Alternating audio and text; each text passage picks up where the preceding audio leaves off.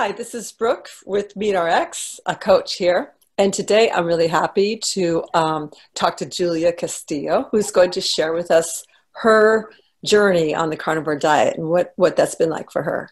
Hi, Julia. How are you? Hi, fine, thanks. How are you? Very well. Thanks for taking the time to talk to us. So I'll just ask you, what brought you to this meat-based diet? I think that the same thing that brought everybody else, the keto diet. You started with the keto diet? Yeah. I was weighing 95 kilos. I don't know the conversion, but I was weighing 95 kilos. Like it's well, really heavy. And I was really depressed, and I have had the thoughts, suicidal thoughts, like 17 years since I was a teenager. So it was normal for me to want to die. So one day I had a problem with my boyfriend, and he really nice, because he didn't told me in a bad way, but really nice and lovely told me I was fat. That you were fat? Yeah. Bam! Yeah, and it hit me in the face. So I started the searching methods to lower my weight, and I started with the keto diet. And within 16 days, one day I just opened my eyes and I didn't want to die, and that was amazing. And Mhm.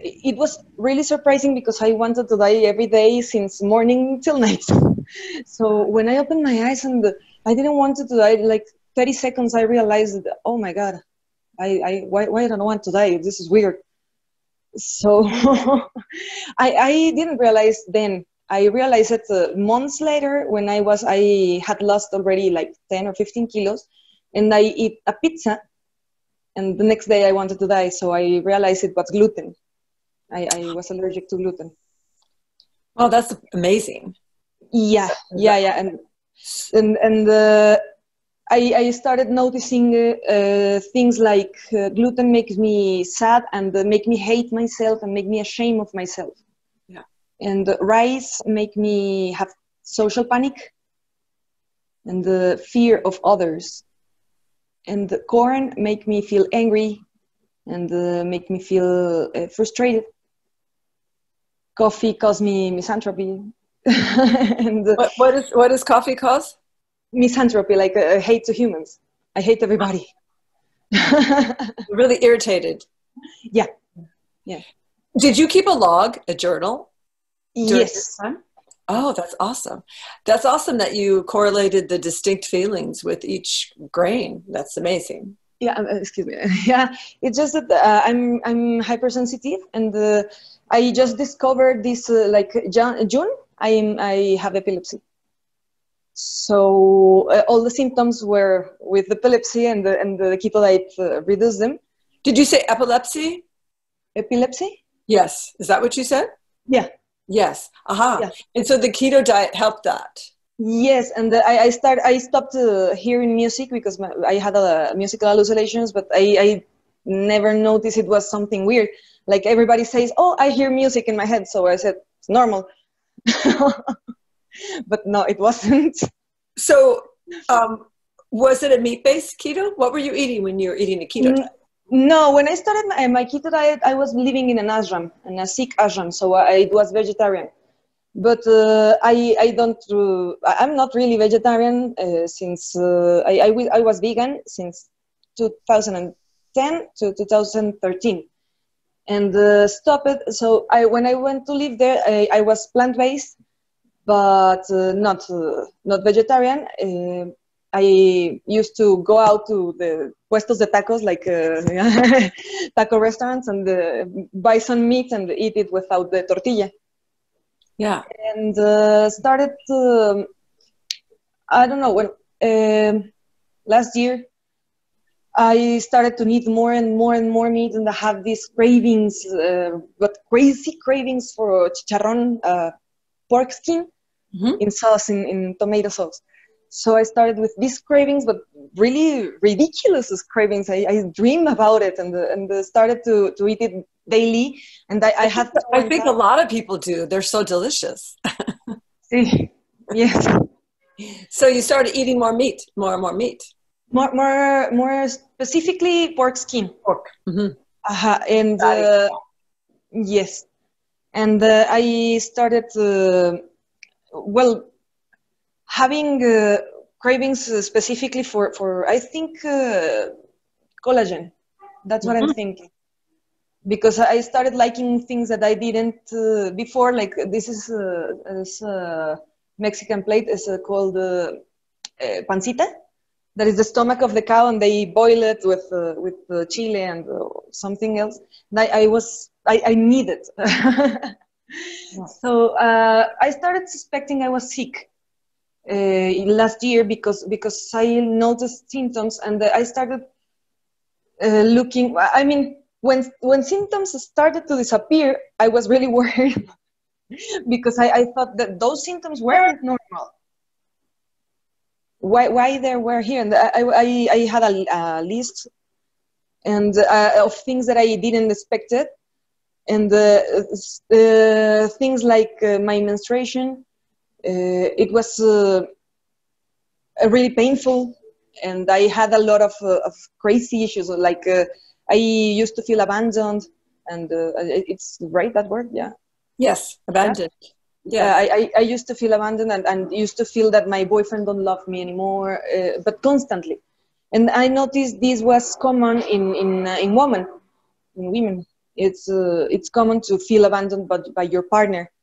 So I started relating in my head when, and I noticed that my butter had soy. Oh, yeah. Uh, Oh, so you didn't know. You didn't know you were eating soy butter. no. Oh, yeah. Mm-hmm. Yeah, because they in fact I think I'm going to make una demanda,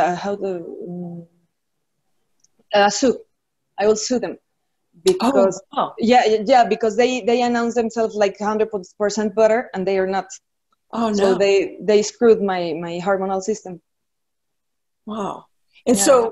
so when you went to carnivore last year, Uh-huh.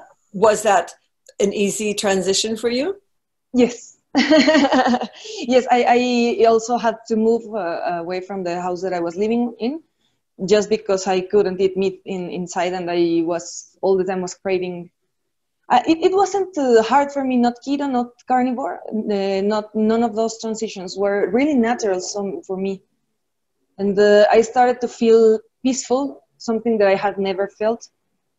I didn't knew what peace was. I didn't knew what spirit was, because people even I'm a really structured and the scientific thought person. So when people told me, no, yeah, the spirit and God, and I didn't understand that because I never felt it. I just said, okay, it's the consciousness. No, consciousness is something. Spirit is this. When I started meat, like a month after that, I started understanding my spirit. That sounds And wonderful. So you were like connecting with yourself. yes, but in a really weird way for me, because for me it's really new, this this stuff. Yeah. Yeah. So when transition to carnivore, I started noticing more things, like my main mental stability depends absolutely on what I consume, Mm-hmm. what I eat, and if I eat anything that it's not good to me, like chocolate, for example, chocolate makes me a really bad reaction, a hormonal reaction. I eat chocolate today, and tomorrow my menstruation comes, even if I have it last week.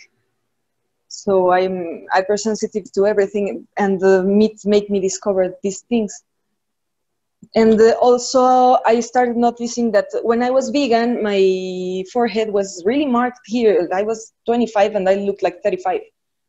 And now I have to wear makeup to look my age. I'm 33.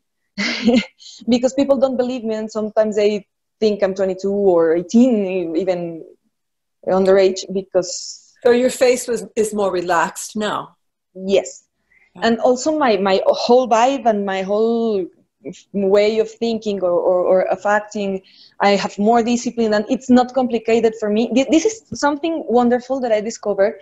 You have you don't have to make any effort to do anything.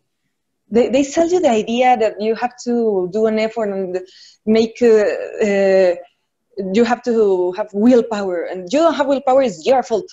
Oh my God, it's not your fault. It's absolutely not your fault. So I started discovering it was not my fault, and I was crying, happiness crying, because I knew that I was doing all that I could, and I couldn't do anything else. I couldn't like work, for example. I couldn't work because I couldn't concentrate, and I had to be in my bed, like in fetal position all day, crying, or I couldn't move. I couldn't move. It's really weird to explain. Now I turn back, I look back and say, I don't know what happened, because I didn't really felt bad. My body was good, just couldn't move. And it wasn't my fault, and I was blaming myself all the time. Oh, it sounds like you have such a much more peaceful existence in your head now. I'm so glad for you. Yes. What do you eat now? What do you eat? Yeah. Meat. Yeah, that's it. Meat, eggs, sometimes dairy, but not meal, because it make me feel anxious. Just cheese, and if it's madurado, like old cheese. So you eat so not old cheese, some cheese. You eat some cheese. Mm-hmm. And meat and salt and eggs. You eat eggs. Sometimes, yes. Yeah, sometimes. And you don't drink coffee? And sometimes I try to use drugs wisely. Like coffee and alcohol or something. Yeah, and coffee and weed, I don't drink alcohol. Mm-hmm. But I try to use coffee and weed, and I make a combination, because coffee makes me really anxious, and weed depress me. So I make a combination when I need to make a really creative work and have to work all day. Mm-hmm. Like 12 hours a day, I tend to drink coffee and have a joint, but it's just some days. Sort of like to get to that sweet spot. Yeah, exactly. Yeah, but I've discovered that it's less dangerous for me to eat sugar than to eat bread. Yeah, it's less dangerous for you to eat sugar than to eat bread. Yeah, that's interesting. So you can eat a little fruit? Yeah, I could eat a little fruit. I do it sometimes, but I don't really like it. Yeah. So you concentrate on meat. And what are your favorite meats? Like ground beef, steak? No, steak. I think steak is my favorite meat. Yeah, it makes my teeth feel clean, and makes me my stomach's flat. I had never had a flat stomach. In fact, when I was in basic school, I had this compañero, this guy, who used to bully me because I had my belly was really swelled, and he used to tell me that when I went married, my husband will have to lift my tummy up. I wasn't fat. I had really. Yes. I understand. It's. How much weight did you lose? 40 kilos. Good for you. Mm-hmm. And a state of peace. Yes, that's the important part for me. In fact, I was really focused on weight 2 first week of keto, and then I started enjoying life like never in my life, and starting to, like, for example, I don't take things personally anymore. Yes. Unless I am intoxicated with something, and then it's crying days or anything. That kind of stuff, like being angry, for example, or having going to the past constantly, and anxiety, and ruminating over it. Exactly. And the obsessive thoughts. Yes. So did you have you joined the MeetRx meetings group and gotten some support from MeetRx? No, I hadn't. I make my own research, and MeterX is a great information source, of course. But I try to experiment on myself and see what happened to me, because with veganism, I base a lot of in studies and science, and I want to remark this. And science studies and the blah blah blah, and it just not just didn't work, it was the worst decision I've ever made. Yeah, because it it sounds like broke me. it exacerbated things for you. Maybe. Yes. Well, I'm so glad that you found the nutrient animal-based diet to help you. Thank you. Yeah, me too. And then I am really thankful with some of you guys because of that, because you guide me to find my inner peace. And now I know what I have to do. And now I know that plants are drugs. All plants are drugs. Yeah. And you have to use them wisely. It's not that you don't have to use drugs or plants. Just you have to do it wisely. And also, if you allow me, or if I may, I made some discoveries about just spirituality and the emotional and energetical connections. I don't know how to say it, but I discovered that some plants make you have or deja vus, or for feelings that are truth, or this for dreams that came true afterwards. And I think that maybe maybe it's just me, but I think maybe plants help or induce a spiritual connection. Well, that makes sense. I mean, plants are really potent, and we've always used them as herbs and medicines. And they have, I mean, I have great respect for the plant kingdom. They're chemists, you know, and I think it's really great that you were logging down some of your emotional senses from consuming them. And I hope you keep doing that. I mean, it sounds like you have a really keen sense of your emotional state. And I think it would be a really helpful thing for everyone if you kept doing that and shared that information with us. Yes, of course. In fact, if you allow me, I will like to talk to you about my theories. I'm a marketeer. Talk to you about my theories. Your theories. I'm a marketeer, and I specialize in consumption. So I like a lot to know what people consume and what this consumption makes on their behavior. So I started wondering why rice, for example, that it's the best example, makes me feel social anxiety, and it makes me to isolate myself. And then I started to think about hikikomori. Do you know who they are? They are some Japanese people that don't want to go outside their rooms. And so they give them food from the door, and they don't go out and don't socialize and don't have social contact. So I started a lot of rice. Yes, and I started wondering if food consumption really modifies us as a society, and if symptoms are common, and they are. Like, for example, in Mexico we eat a lot of corn, and we are really angry and frustrated people. I think it's really fascinating. It is. Yeah. Can people? How can people reach you? Are you on Instagram or? Yes, I'm on Instagram. I don't really follow my own network because I work doing networking for companies. But yeah, they can reach me on Instagram and at Keto Sucio. Say that again. Keto Sucio, like keto. Can you spell it? KETOSUCIO.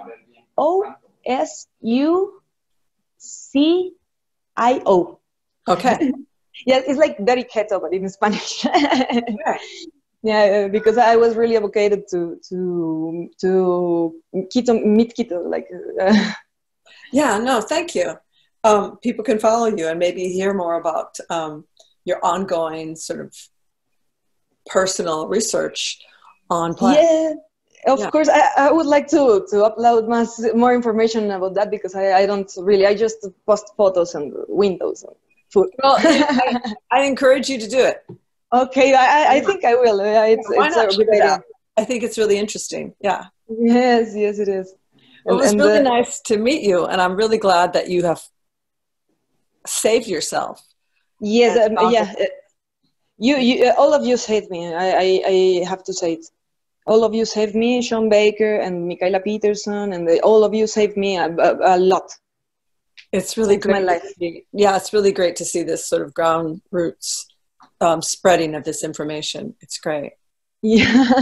Well, thank you again, Julia, and I'll follow you on Insta. Okay, thank you. Thank you for sharing with us. No, thank you for inviting me.